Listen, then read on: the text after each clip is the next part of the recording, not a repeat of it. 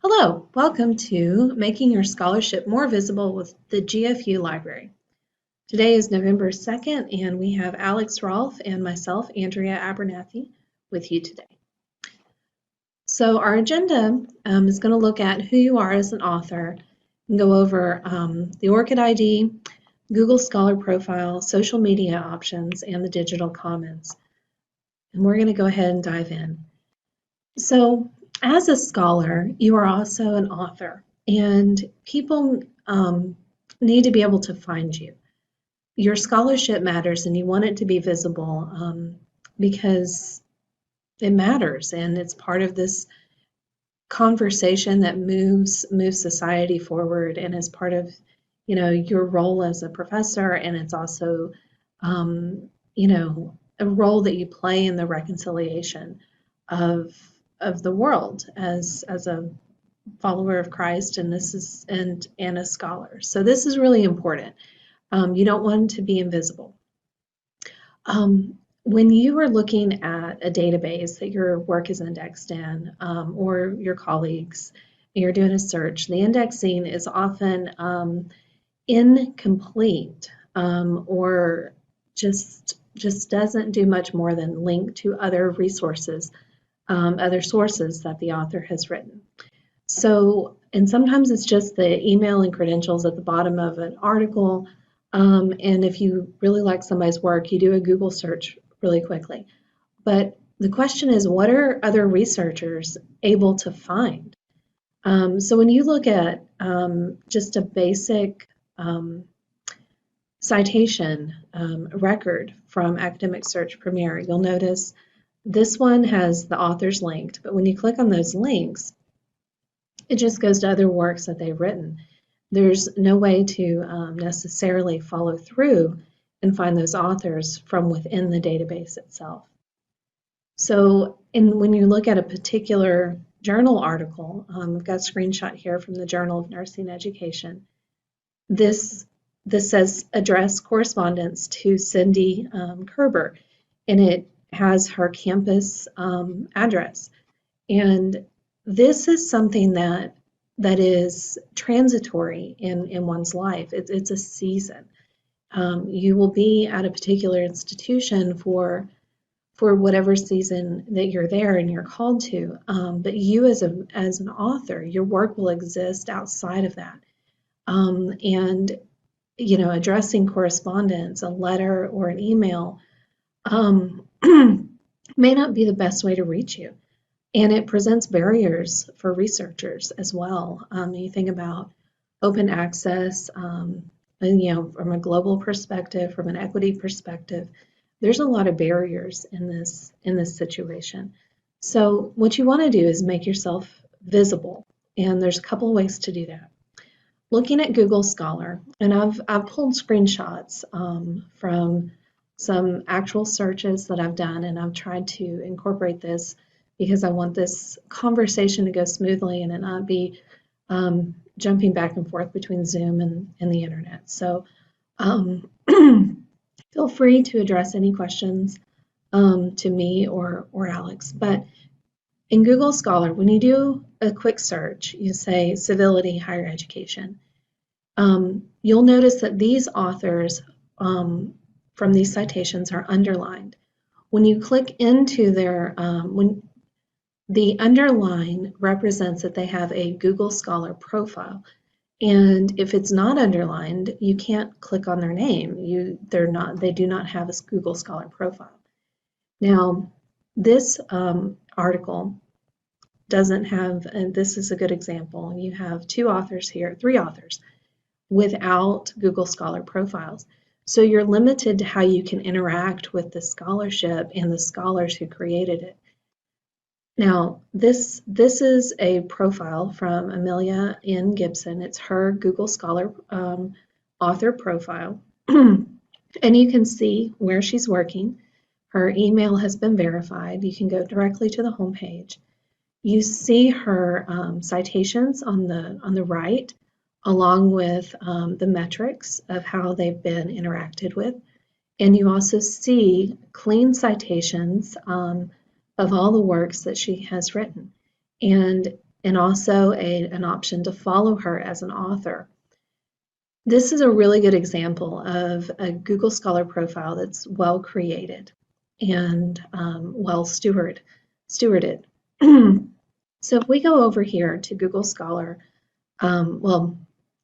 Google Scholar itself, once you're logged in, there's a simple, setup to set up your Google Scholar, and we're just going to go ahead and click on this. So Google Scholar profiles. When you click Set up your Google Scholar profile, you can see mine is significantly incomplete, but I'm logged in here, and I've got an option to add areas of interest and add a photo, and continue to update my citations.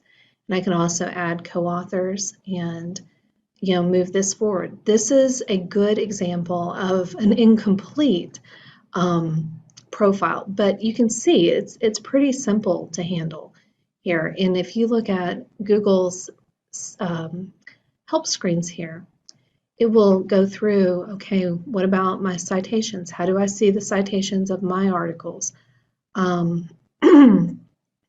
What questions, whatever questions that you have, Google has made an effort to go ahead and get those to you, so you have answers. And it's pretty simple to set up. It's not going to take you very long. And you just, set up the sign up form. That's it. And let's head back to our PowerPoint here. There's a couple of things that you want to note. And all right, so hold on, let's go back. You want to use a personal email address rather than your work email, just because of continuity as life changes. You want that to be linked more so to your professional life that is outside of your work life, because they're connected, but they're not one and the same. And you can update your profile, update your citations. Help screens are incredibly robust. And this is going to help scholars find your work, because your work is already going to show up in Google Scholar searches. But being able to click in, you're going to know how your work is being used, and other people will be able to follow your work and connect with it and discover more. Now, changing gears a little bit, we have there's something called the Orcid ID, and it is a nonprofit, and I've got a couple of screenshots here. So it stands for Open Researcher and Contributor ID, and it's a worldwide option, and it's a unique identifier. So when you are submitting your research for publication, there's often an opportunity to add your Orcid ID, and this helps you index. It helps you make sure that all your citations are connected to your name and who you are, so that your research is discoverable. And these are a couple of examples of what this looks like. This is a screenshot from a title, the title of a journal article. You'll notice both of these authors have Orcid IDs, and those are actually hyperlinked. And so when you hover over the ID, it'll pop up and you can go ahead and click through. And once you click through at Amelia and Gibson's profile, you'll notice, hold on, you'll notice where she's working, and I've got a couple of screenshots here, and you can see that the care she's made a point to care for this well, and once you've got it set up, it kind of cares for itself. So she has her works listed in the DOIs in the show more detail, but all of these connect back to the publisher website, and they're listed on the Orcid ID website. Setting up a profile is easy. It's 3 steps, and you can establish your Orcid ID prior to really filling out the entirety of your profile. You just need your contact information and your ORCID ID will be connected and set up. You have options for security and notifications for visibility, so you can control how visible you are and how many notifications you get with how your research is being discovered. So anyway, this is a wonderful option. And all of this leads back to other databases and other ways to interact with you as a scholar. Scopus indexes a lot of our natural and hard sciences and our social sciences. A couple of other disciplines are represented here, but wanted to show you Scopus because it has a pretty large market share of the indexing of scholarship. So an author profile in here, you'll notice that there's a lot of, when you search Amelia and Gibson, you end up with a couple of Gibsons. And based on what we know that we're looking for number one. And when you click in, you'll notice that the author profile has all the contact information, the affiliation, the subject areas in which she is publishing. But you'll notice that you also have the ORCID ID here. Scopus allows you to drop that in, as do many of your publishers. And then you also have this Scopus ID, which is unique to Scopus itself. But these two pieces help the researcher find your work. The other amazing thing about this is if you're signed in, and you'd want to sign in at the top right, you can edit a profile. You can do this because maybe you know that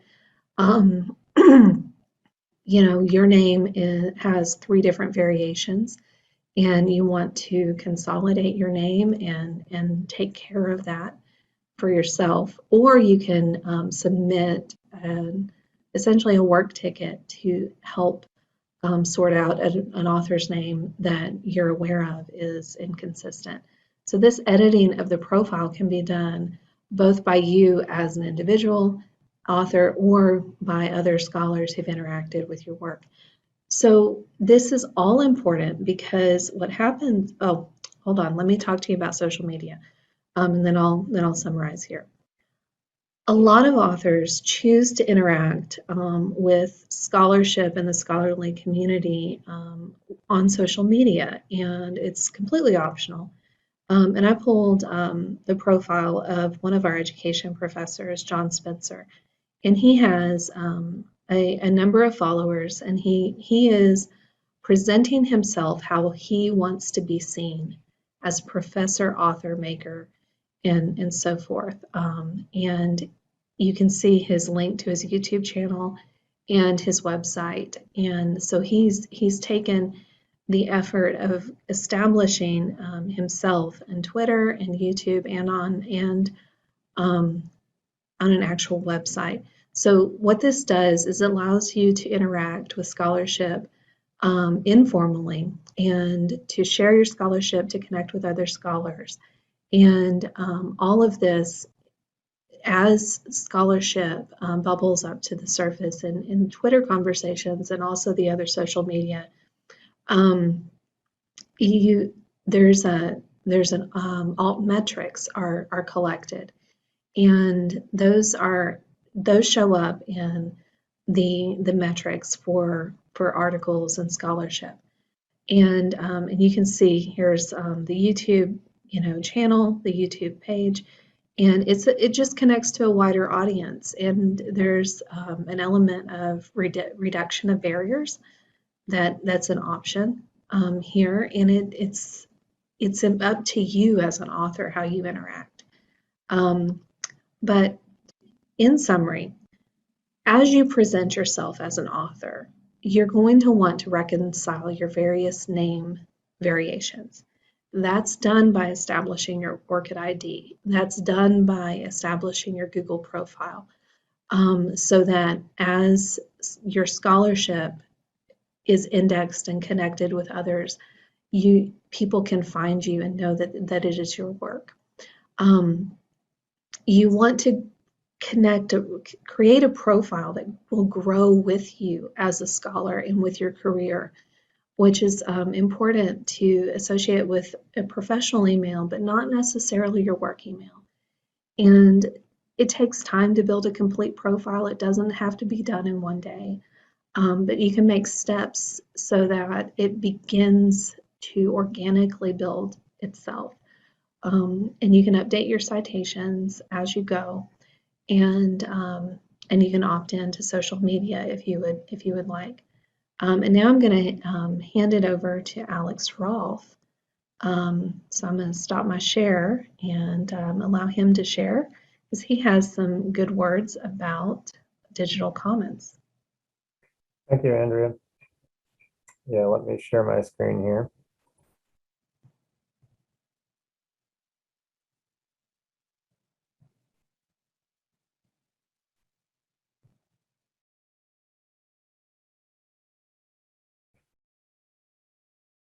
Okay. So one way that we can help expose your work further and get more people to see it is to put it in the digital commons. And I just want to explain a little bit about what the digital commons is. It's a publishing platform fundamentally. And you might think, well, the university website is a publishing platform, and that's true also, but this is a particular kind of publishing platform that's geared towards academic output. So it's not just a website, it is structured information. So every author is tagged as an author. Abstracts are tagged as abstracts. And that is helpful, especially when it comes to indexing from Google Scholar and other sources. So it can treat that content correctly, rank it correctly, recognize that you're the author and that this is something that might connect to your Google Scholar profile, like Andrea showed us a minute ago. So the way the platform serves up the information really helps it get seen in academic circles.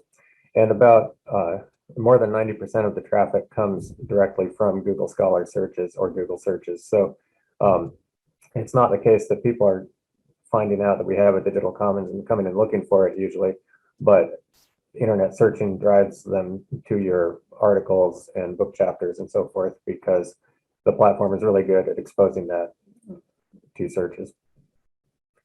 Another advantage that this platform has is that publishers will grant it special privileges because it's what's called an institutional repository. So they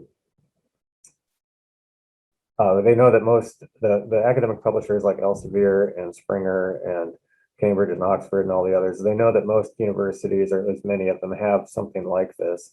And so they allow authors who author articles and book chapters for them to post their own work to their own institution's university institutional repository. And there may be some restrictions around that. They may not want the final published version posted. They often require that you link to the final published version, but the full text of what you wrote can be posted to these sorts of platforms, which is often not the case with other publishing places. You can't post it to the website, you can't post it to Facebook. The publisher has copyright because you've signed that over to them usually, and they guard that pretty jealously because that's how they make their money. But they do allow authors to usually post some version, or possibly if you wait a year, then you're allowed to post it here anyway. That's stuff that we all keep track of, but it's one of the reasons to have an institutional repository, and it helps get your work out there in ways that it otherwise could not. The platform also allows you to follow authors, receive notifications when they post new things, and then it provides a bunch of metrics and analytics, which I'll show you in a little bit. Whoa.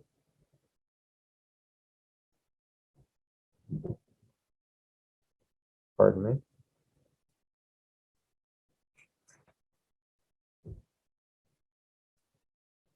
Andrea, what are you seeing right now?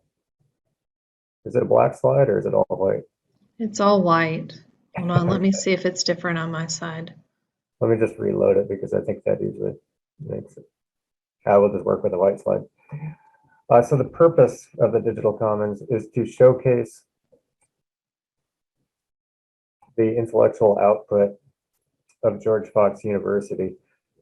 So one of the main things we do is bring faculty work out from behind paywalls, because if somebody finds an article you wrote published in a journal that Springer publishes, for example, if they don't have a subscription to that journal, they get asked to pay to see the article. And so the Digital Commons allows the full text of that content to be posted. Again, maybe not the exact same look as the final published version, but all the words can be the very same. And they'll let anybody searching the internet find that. And so it's a great way to get more people to see your work. Hopefully, universities have subscriptions to the journals you publish in and have access to the books that you write, but of course, not even all of them do. And certainly the rest of the world can't get into it without paying. So it allows us to bring your work out from behind paywalls. It also is an important service for our students, our graduate students, and some of our undergrads too have work in here, because this is where we put their theses and dissertations. And some of those get very popular, get a lot of downloads, and that can be helpful to students starting out in careers, going further with their education. And it can just impact the world with the scholarship that's done here. The platform also publishes journals that our faculty are involved with. We have to have a faculty member who's a full editor of the journal in order to host the journal on this platform. But this platform is a very good journal publishing platform. That's how it began, in fact. Berkeley Electronic Press published their journals with this platform, and then they realized they had a good platform, and so they began selling it as an institutional repository software. And now hundreds of universities and colleges use it. But we have 5 journals in our repository. I'll mention those briefly later. That's sort of a special case, though. And then it also plays a preservation role for us. We have a lot of our material from our archives for George Fox University and for the Northwest Yearly Meeting, as well as some individual papers, manuscript collections that we host in it. And I have just one slide left, but I'm going to jump out and go to Digital Commons for a minute so you can see what I'm talking about. This is the main, the front page. It has this map showing that we've had 703,000 downloads in the past 12 months, over 2 million since we started this in 2014. That's across our 20,000 papers. And so this is one of the more successful institutional repositories in the Northwest, and the traffic has been growing every year. So it's serving its purpose. One of the more recent initiatives we've launched, I just want to mention here, is Pennington ePress, and this is where we have published our open textbooks. You may have heard about our open textbook initiative, and some of our faculty have authored textbooks that are free, open for anyone to use, and so those have been very popular, and I'll just show you briefly here. Anna Berardi and Brenda Morton have almost 15,000 downloads from our site for their textbook, Trauma-Informed School Practices.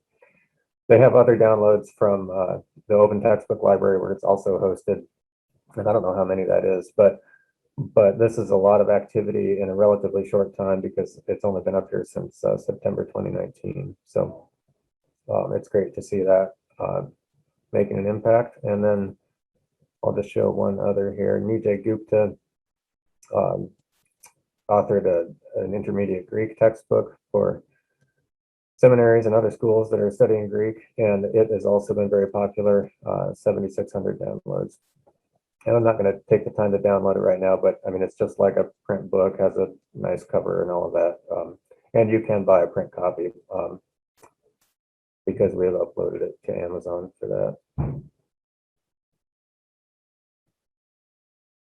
Let me just show you a typical page. One of the first things we loaded in was an article by Brian Doak. Or no, sorry, this is his dissertation that he did at some other school, but he owns the copyright, so we went ahead and posted that. It's had 8,000 some downloads. It has an abstract, tells you a little bit about what it is. Then if you click download here, you'll see there's a nice automatically generated cover page that has this citation information, has George Fox University's logo and name on it. So everything that is downloaded from this platform is branded as George Fox, even the journals that we publish for associations and that sort of thing.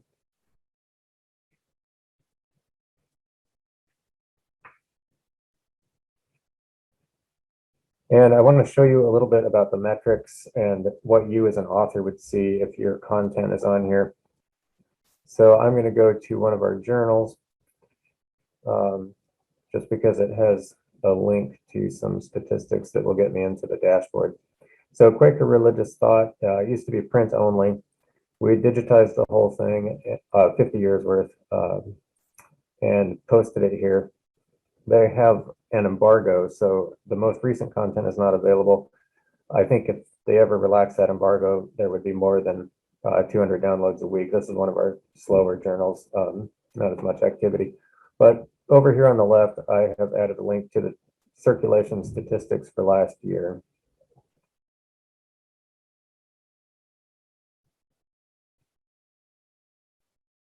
And so here it's showing me the usage that that journal has had in 2020. And it shows what types of institutions are using it. Education is half of it, commercial, so internet service providers in people's homes, that sort of thing. You can see which institutions have used it the most, and you can drill down a bit on that. So if you see that, oh, University of Cambridge, what are they reading? I can click that little down arrow, and it is primarily one article about Samuel Fisher, 17th century Quaker biblical scholar. It also shows which countries are using it the most, and I should mention that most of our downloads come, of course, from America, and then within that, about half of our traffic comes from, half of our traffic overall comes from Oregon, California, and Washington. And then you can see refers, so where is the traffic coming from? And it's almost all from different varieties of Google. But wherever somebody links to our content, that could show up as a refer down here. And this is showing just the top 10 of everything. I could see every single line of it and get a big Excel spreadsheet if I wanted to.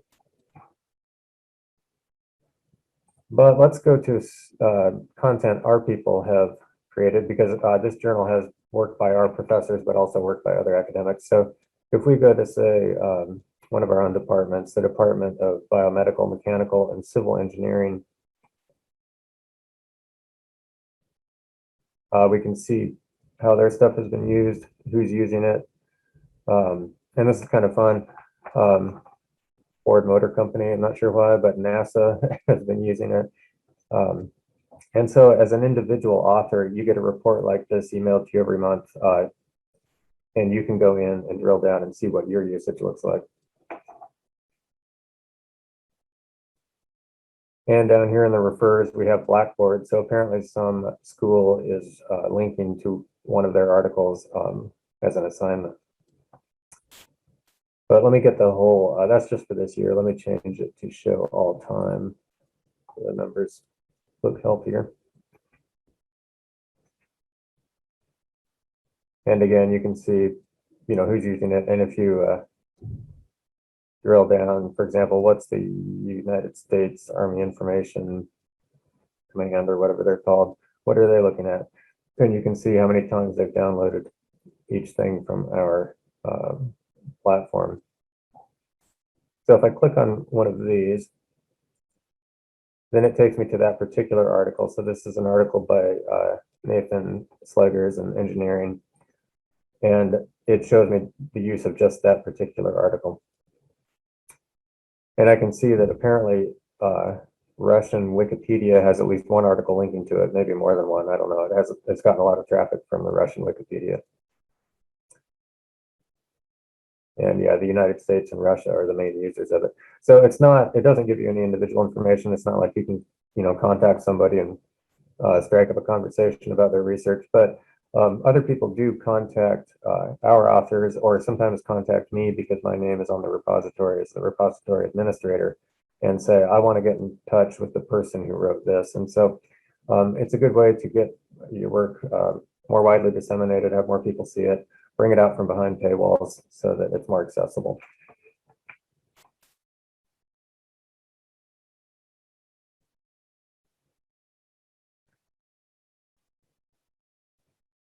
So how does your work get in?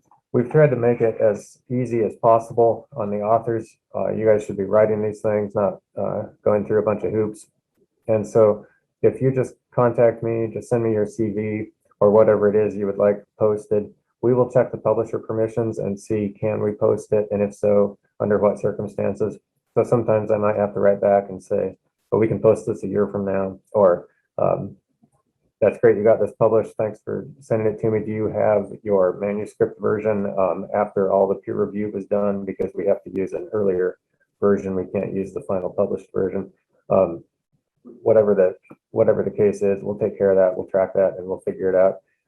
And also, we don't ask you to give up any of your author rights. I think at some schools, they really push open access and they want you to publish things in here with a Creative Commons license that lets other people do things with it. You certainly can if you want, but anything you write for the Commons, whether you publish it elsewhere or are publishing it here for the first time, we don't ask you to give up any rights. Giving the full text to the world, I think, is a good enough deed that you don't have to also resign your control over it in the way that copyright, guarantees you that. And in fact, I do make some effort to protect your rights. I've had a couple people be a little concerned about putting things in here because it is open access to the world, and they're worried that people will steal their work and do things with it.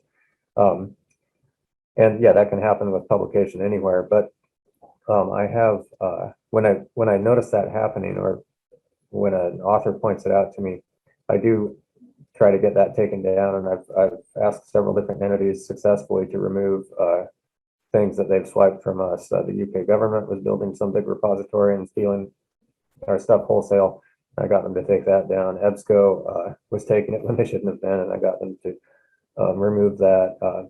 Most recently, Amazon had a print copy of one of our journal issues that was for sale, and the authors pointed that out to me, and I got Amazon to take it down. So anyway, you don't need to worry about losing control of your work or losing author rights if you engage with our digital commons. So please don't hesitate to contact me if you have any questions, and I would love to get as much of your work as possible in here.